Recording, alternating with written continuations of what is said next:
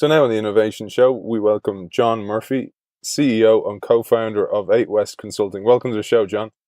Thanks very much, Aidan. Great to have you on the show. And I saw you speaking recently at the IT at Cork event, and you had a lot of interesting things to say. So I thought we'd follow up and have a chat. So without further ado, tell us about yourself and the business. I suppose I've been in the software business in Ireland for maybe 30 years now. If we just say that rather quickly, it'll pass quickly. I would have started off my time working in Core Computers, which is actually still around in Cork, a large software company. And then I moved into digital in Galway, and Digital Equipment Corporation in Galway. I was there for 9 years. I was on the software side of it. I saw a very interesting, I suppose, company. It was a very interesting and very challenging place to work at the time as well, a very dynamic organization.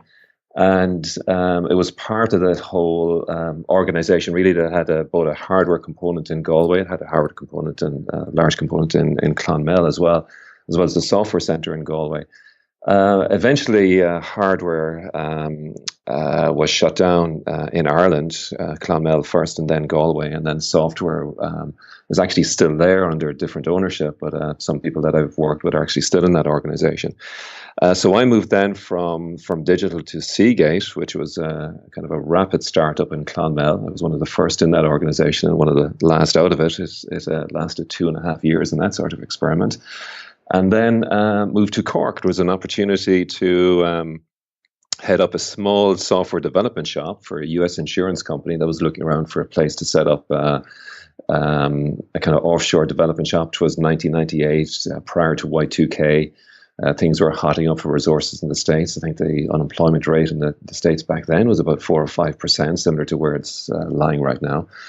And the guys needed to get resources, and the CEO of that US insurance company, was a D-Care Dental insurance company, was a Mayo man and was looking to set up somewhere in Ireland. So set up in Cork with 7 people and kind of grew the organization very quickly. My business partner now, Eamon Franklin, who's the co-CEO of 8 West, he and I worked to kind of a very interesting kind of a business model within the company. Yes, we wanted to be a fantastic multinational subsidiary for a parent company, but we also wanted to grow the business to go beyond just being a multinational subsidiary and move it into being a competitive software company that would go out and compete for other software development contracts, both in the US and in Europe. And our parent company gave us that support and that charter to go away and do that. And we kind of grew the company substantially. To the extent over a number of years, the D-Care company was purchased by Anthem. Anthem would be about Fortune 33, has a revenue in the region of about 80 billion a year. Huge insurance company in the United States.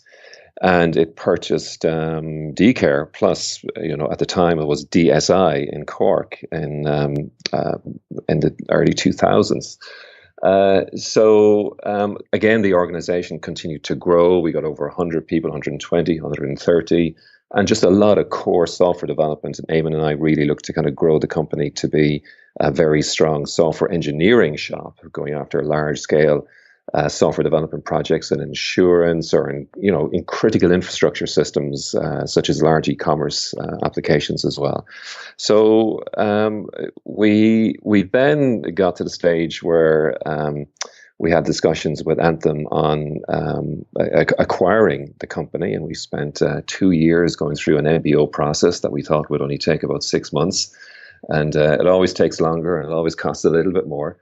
And as of January the 1st this year, then Eamon and I took ownership of this company, and we rebranded it 8 West Consulting. We're currently at about 194 people, pretty much everybody based in Cork, still focused on strong object-oriented development, development in C# and in Java. And in more recent years, we moved from being just a full kind of services company doing critical infrastructure and critical system development into product development as well. You see ourselves now 5-6 months into the new venture, and it really feels a very fresh company, and everybody's invigorated that we've got a kind of a new goal, a new charter kind of moving forward. Yeah, it really does.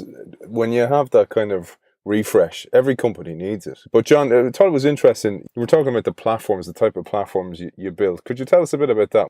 It's very hard to say that. Is there a vertical that you guys in 8 West go after? So, well, there are things that we're really very, very good at, but we don't really limit ourselves to any particular vertical. We're software engineer. I'm a software engineer by trade. Eamon's a software engineer by trade. So our oxygen really would be, very complex systems or mission critical systems, and we've got some fantastic architects and lead developers here that we can assemble around solving technical problems. But some of the very large systems that we have built would be some of the largest e-commerce platforms for clients in the States and in the EMEA. We do very little work in Ireland. Most of our business is in the United States. So as well as those very online systems, mission critical systems, and we've built very large scale claims adjudication, benefit management systems that deal with the complexities of the US healthcare legislation, and you're dealing with millions of transactions a day, and certainly our e-commerce platforms, which we built pretty much from the ground up in many cases, are pretty mission critical to the organizations that we've assembled them for. And they're built in, again, as I mentioned earlier on, they're built in the Java development platform, or else they're built in C#. But they would be very, very large scale systems. And the largest clients that we would work for in the United States and EMEA are at the forefront of the internet technology and the forefront of the threats that exist in many organizations in the States. So and one of the topics I think we discussed last week in talking about the retention and storage of personal healthcare information and personally identifiable information are a set of kind of development practices and techniques and really coding regimes that need to go with all that. Gone are the days where you're just kind of spinning up a website and kind of putting it out on the internet and hoping that it doesn't crash. You're now building digital storefronts for very large scale organizations, which is their window and is their door to the internet, and is their door to potential threat vectors as well from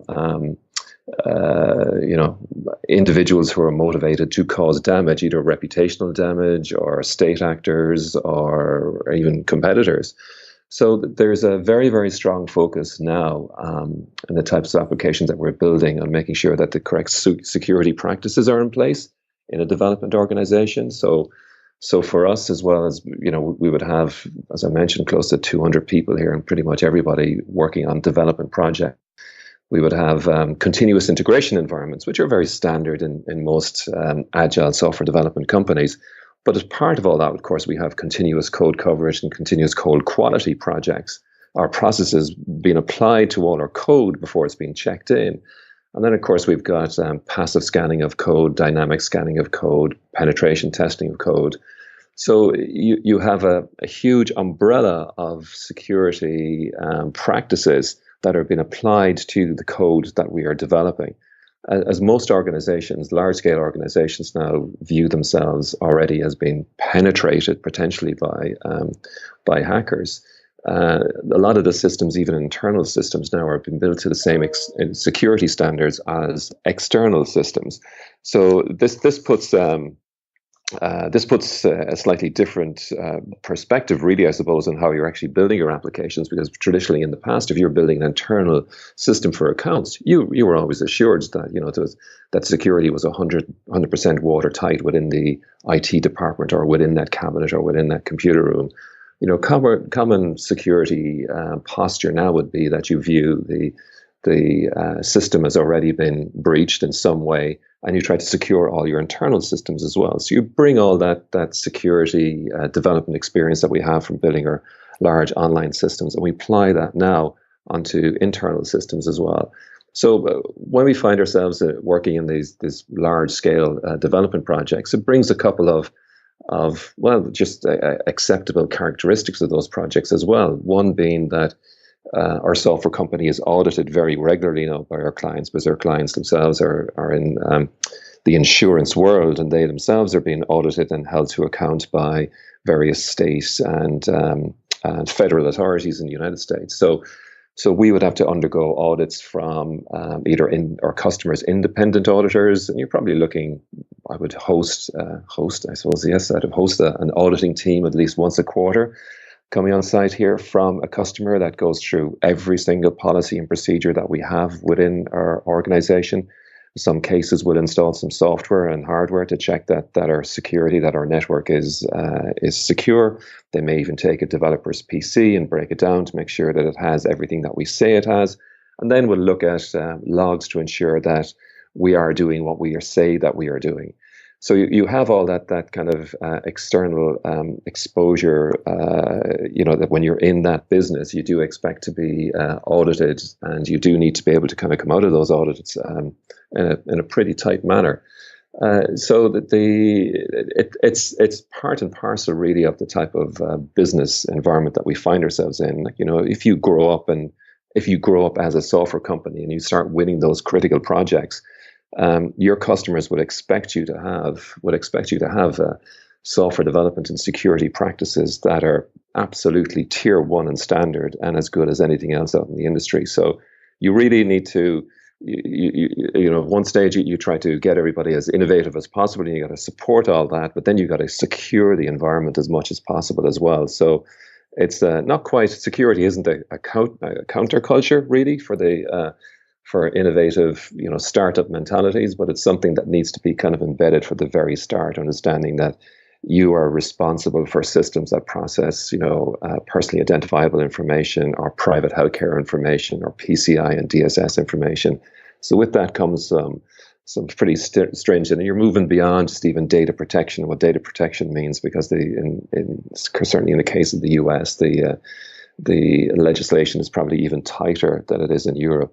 So it's just an interesting aspect of the type of things that we do. When you have this kind of external auditor, or the teams, as you say, coming in every so often, it makes you have to be at the top of your game. Because I heard that about 8 West, that security is a huge part of your offering, as well as the expert code that you work on.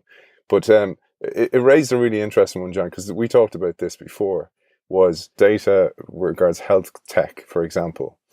People would struggle to see why somebody would want to know Aidan McCullen's health data versus my credit card data. And you expanded on this, and I think it'd be really interesting to tell our audience about that. Yeah, there's a couple of different aspects as to why this information would be useful to external actors. So if you're looking at probably the most tame would be that people have just got criminal intent to do damage, which would be one. They're just coming in to do damage, to install some ransomware on your server, and then try to extort as much money as possible out of you. Then it could be an impersonation. Then it could be that they're seeking to inject some other data, some false data, into the data set that you'd have stored in your data warehouse. And another aspect then, depending on the type of company that you are and the type of clients that you are. So if you're an insurance company and you're covering a lot of maybe employees or groups that are in the defense sector, or maybe in the State Department, or maybe in some critical industry sector, then you're seeking potentially as a state actor, you're looking to kind of build up your profile of the individuals that work in those areas. So it's part of a kind of a longer game, as you're looking to build up a profile and picture of the person, their claims, their family, trying to seek if there's some sort of potentially damaging or deeply private healthcare information that they may be able to use and exploit. So it's around the utility of the information and turning the information that they would retrieve upon you or upon me and making it into something that somebody may be able to have some leverage over. And that's certainly at one particular aspect of the hacking at the state level, and the very, very large organizations that are involved in the state sector would have a lot of that data. Yeah, and a lot of this data would be gathered and sold on the dark web. But I was thinking about this, and I'm going to put on my tinfoil hat here for a second. Fast forward 20 years from now, and you think about nanorobotics and targeted medication, for example. So if I have a certain disease, that it can target a certain area that disease is attacking. Say it's cancer and it's in my shoulder, that the medication can actually target the shoulder with nano robotics. That also means that weaknesses can be attacked, and that if people know my weaknesses or know I have a certain allergy or whatever it may be, that they can come under attack. That information has a utility to somebody, and the utility could be that they will look to perform some good, that there's an illness there and there's a cure for it, or there's something that will in some way relieve some of the conditions associated with it, or there could be the exact opposite to that. So we normally assume on the bright web, if we want to call it that, or on the this side of life that you and I live in, and most of your listeners would live in as well, that a lot of the research that has been done is for the betterment of the human condition and humans in general, and for society and progressive healthcare. But there are also others that may have a totally different view of things, which are looking for particular weaknesses that may be exploited. So it's PHI, private healthcare information, is something which should be really, really super closely guarded, and it's something that does need to be protected at all costs. And we as developers, get exposed to that as well, of course, and we need to be absolutely sure that we're protecting ourselves and making sure that data is obfuscated at all times, and just making sure that the software that we are building is to be as secure as possible and it's not open to threat vectors. Now, you could say that you can produce software that can be protected against the current threat vectors that are there, and certainly you need to probably refactor it on a regular basis to keep it up to speed. But the greatest threats in most organizations come from the internal network, where either individuals within the organization are motivated to do something illegal, and that can be very difficult to protect against. And it's interesting you say this, John, because I was thinking about, if we're moving more and more towards an API economy, so data being Lego bricks that are interchangeable with different platforms or software. And then you have PSD2 in the banking sector, where data becomes open essentially. But then you have all these fintech companies. But a lot of the fintech companies, I mean, I would wager an awful lot, the majority, would not have near the experience that companies like 8 West have of privacy and, safeguarding that data availability. And that, in a way, while they may have a great idea for a fintech startup, they don't have the expertise in minding the unbelievably sensitive information and data that's there. Mm-hmm. I've gone through I've sat through them, a number of data breach presentations, and I've gone through actual data breach meetings with clients in the United States in the healthcare sector, and they're incredibly serious, taken very, very seriously, all the way up to the CEO gets involved in it, because that's the way the legislation is directed and targeted in the United States.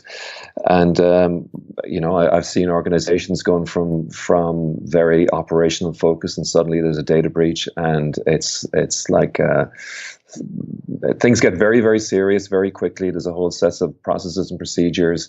And I've seen organizations take an approach, I suppose, really, that would surprise many people in Europe. And I think it's something that needs to be taken incredibly seriously. And I think in the US, they do have their data breach policies and procedures through their HIPAA and high-tech acts at a pretty high operating level within the insurance companies and with all providers within the healthcare sector in the United States. And it's something that they all take incredibly seriously. And as technology providers into that space as well, we ourselves have to take it incredibly seriously. So when somebody needs to come and do a tech audit for us, for a security audit for a week, yep, absolutely open the doors to them, because we will have connectivity, of course, through secure VPNs into their organizations, and we would potentially be a vector as well as being one of the many technology providers into large healthcare organizations. So we take our responsibility really, really seriously. So what does actually mean? And you and I spoke about kind of developing software for customers in the United States and developing software for customers and solutions in Ireland. Well, in the United States, for large scale customers, they'll understand that there's a cost to building super secure systems and what it means to be able to refactor your online solution on a monthly basis or on a quarterly basis because there's a new threat vector, or there's a library that you've used, a Hibernate library that you've used that you need to deprecate because it's come up on the watch list for some security flaw. The same sensitivity, the same maturity, technological maturity, understanding technology doesn't exactly exist in many European countries as it exists in the United States. And that's the, I suppose some of that is a cultural thing, and some of that is just the level of perhaps breaches that they've had in the United States and the sensitivity that they have to it in general. Yeah. I'd certainly make a point that if you're using a lot of open source software in your solutions, and open source is absolutely great. It's really democratized the software development business and taken some control away from the very large software product companies. But you also need to take responsibility when you're employing OSS software in your solution, that you are responsible for making sure that Struts library, that Hibernate library, that Spring library is kept up to date, with the latest security upgrades and updates. And in the OSS world, that's a little bit difficult. If it's you're buying an IBM solution, then it's up to them to be able to kind of upgrade it. But in OSS, it's up to the developer to be able to do it. So you don't just kind of build it and put it out there and leave it there. Yeah, it's a really valid point, John, about, if you look at the markets in Europe and in Ireland, there's a desire to go for the quick and cheap solution. And I've worked in development and sales and development myself, and you almost have to justify the price when you're going to go, no, this is not just a website. What you see at the front is the front, but there's a whole system behind it. It's like the iceberg. You see most of the iceberg exists under the water, and a lot of clients don't see that. And it can be very frustrating because, as you said, the market is way more mature in the States, and the understanding is there. Maybe it's an education thing, but it can be a frustrating place to be. I'm not gonna. You don't have to comment on that. It's just a comment. I agree 100%. Okay, that's good. That's good. Okay. But you talked about the dark side and the bright side of the force with regards development and data. One of the lovely stories I saw was when you were involved, and you used drones and you used IoT in the health sector. Can we tell our audience about those, John? Sure. We started. We're a services company with some great software development practices in play here. And one of the things that we always wanted to do is that we always wanted to give, never close off the possibility to moving into product development or moving into ventures that are in a slightly different field from what we do. And again, it goes back to keeping the company kind of fresh, keeping its options open as to what avenues it'll explore in the future. So we started getting into kind of mobile development when everybody else started getting into mobile development, and we kind of stuck with it. And it went from everybody was going to do mobile into really got into kind of responsive design more than mobile development. But we had we have a product out in the marketplace, the SafeTracks product, which is a search and rescue product. I think it's about 10 or 12 countries that have it now across the world, and it's been very successful for us. And it's also been very successful from a software product development perspective, and really taking the skills that we have as a dev shop and really looking at building product level, building software to product level. It's actually interesting. One of our clients is now talking about the quality that they need within their software development systems. It needs to be at the product level rather than just being at the IT level. So you're talking about kind of engineer. We talk about getting IT solutions up to the kind of engineering quality that you actually have in products, something that needs to work in the mass market. So we built this multilingual product. It's got to be very robust. It's got to work kind of offshore in very frugal network situations. People trust in it. There's a distress button on it, and it's been used in rescues in South Africa and Norway and Ireland. So we're really, really happy with it. So we knew we could build, we knew we understood the mobile platform, the mobile architecture, the Android and iOS architectures really, really well, because we had to work at a very detailed level with them. And again, I think I mentioned this last week, is that organizations such as yourselves grow by developing new social networks. And if we keep working with the same clients in the same verticals, then we kind of lose that opportunity to explore other ideas and look at other avenues. And so, through a good friend of mine who was involved in Irish Community Rapid Response, he came to me and said, "Look, you guys really know an awful lot about kind of mobile development. Is there anything we can do about CPR applications?" I said, yeah, there's about 60 CPR applications out of there, out in the marketplace. What were you thinking? He said, well, something that could really, guide people into carrying out CPR. And then, John started talking to me. John Carney was the guy's name. He started talking to me then about the survivability stats of people carrying out CPR and your chances of survival if you had a cardiac infraction outside of a hospital environment or something like 7%. And if somebody carries out CPR, then you can maybe double it. But CPR is very, very hard to do. So we took a shot at this and said, okay, we're going to need to partner with somebody. And we hadn't done a huge amount of kind of academic partnering. But we met some fantastic people in UCC, the Health Information Systems Research Center, and Dr. Kira Fitzgerald. And we started working with Kira and her team. So we got some really good mathematicians and scientists on board with us. Then we worked with John to get a cardiologist from the Cork University Hospital. We got together in a room and we kind of modeled out what this application could look like, understanding at the time that we were going to build something for the footprint of a phone, but we really needed something that would be the size of a pebble or something the size of maybe a phone, maybe a smartwatch, something like that. So what I mentioned last week is that we're about 98% there in the algorithm. There's about 2% of the code that need to be really tightened up as we're dealing with the accelerometers and the sensor packs on the phone to help us. And really, we got the phone. You put the phone between your hands and you carry out CPR, and the phone can give you audio and visual feedback that if you're carrying out the CPR correctly.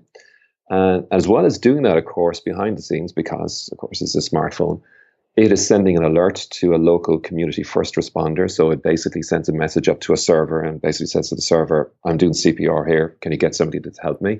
The server, using some of the safe tracks logic that we've got from our search and rescue product, geolocates a community first responder, sends them a ping, an SMS message with a location saying CPR started here. We then can, of course, take that emergency distress message that we've received, and we can send that to a messaging center to alert, professional medical first aiders or first responders.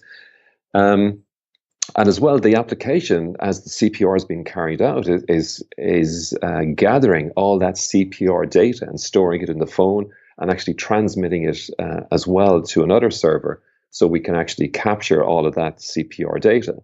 So the final step that we needed to execute really was on something where we really took a leap forward and said, okay, CPR is now being carried out.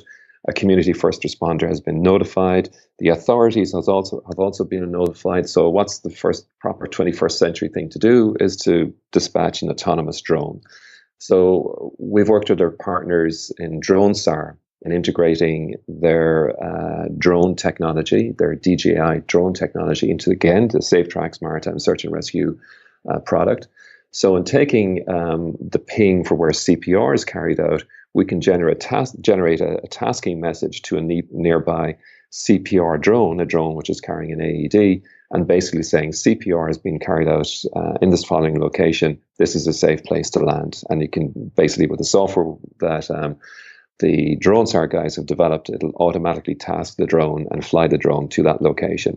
Now, as I mentioned, rewinding it to the very start, this is alpha software. We're really kind of demonstrating capability to be able to connect these various different actors around a particular emergency scenario with, early, I'm going to call it early 21st century technology, with really what I'm calling the first generation of smartphones. When we're moving into the IoT world, whether we're using Sigfox networks or NB-IoT networks, but essentially you're looking at very small footprint devices, very, very tiny devices with batteries that can last, a couple of months to 5 years to 20 years, sometimes on the Sigfox network. you're looking at a ubiquitous device network that can be available then to either to emergency first responders. You're looking at drones that which can be a hell of a lot smarter than what they are right now. So we're really just looking at it would be impossible to have a bounded conversation about where that technology could go, because it is accelerating so fast and the options are just so immense as to what the solutions could be. Elements of what I've mentioned are in place today and working today in Rwanda, in Central Africa. We in Europe have got different issues that we need to deal with, whether it's the electromagnetic spectrum, which is licensed, or controlled versus uncontrolled airspace and transponders. But these will be solved over time. And I think the proliferation of, if I call it cheap technology, very accessible technology, which is no longer in the arms of governments or large spending organizations like the HSE or National Health Service or the like, is making I have to say that it's broadening the horizons for available technology paths into the future. So it's exciting times. It is indeed, and I love the way you've connected the dots between all those, and you've thought about the user journey, if you will, from everybody, every actor involved. But when you think of, actually, as you said, where it's going, and you think of connected devices, or even as stuff like Fitbits get smarter, and wearable actual clothing gets smart, and then you think of AR. Like, I was thinking, actually, Apple are about to announce a big AR play, that when wearables like AR becomes an actual designed glasses, like a Ray-Ban or something that people start wearing, this being able to look through the lens and actually be able to do CPR, you're planting the seeds of a platform that can do all those things. And by the time the tech catches up with it, you'll have a really nice infrastructure in place. Yeah, you said it. I mean, we're doing it today, you would say, with 1990s infrastructure. With Wi-Fi infrastructure, broadband infrastructure, wireless broadband infrastructure that's there, using devices that are not necessarily designed for the purpose that we were intending them. We're taking just normal white goods and kind of pressing them into service. But of course, the software that we are developing, which is Java software that's developing, is entirely portable. So the hardware platform is changing and will be miniaturized. So it gives us an opportunity really to at least to kind of play out how some of these things would work. I think your example there with the AR glasses, elements of that are in place today within the defense infrastructure, and I think you've nailed it for where some of that is going. Yeah. Well, John, it's been a pleasure talking to you. Where can people reach you and the team? We're based in Cork. Our website will be 8 West Consulting. We're on LinkedIn and Facebook and Twitter. Brilliant, John. Well, it's been a pleasure talking to you, CEO and co-founder of 8 West Consulting, John Murphy. Thanks for joining us. Thank you, Aidan. Thank you.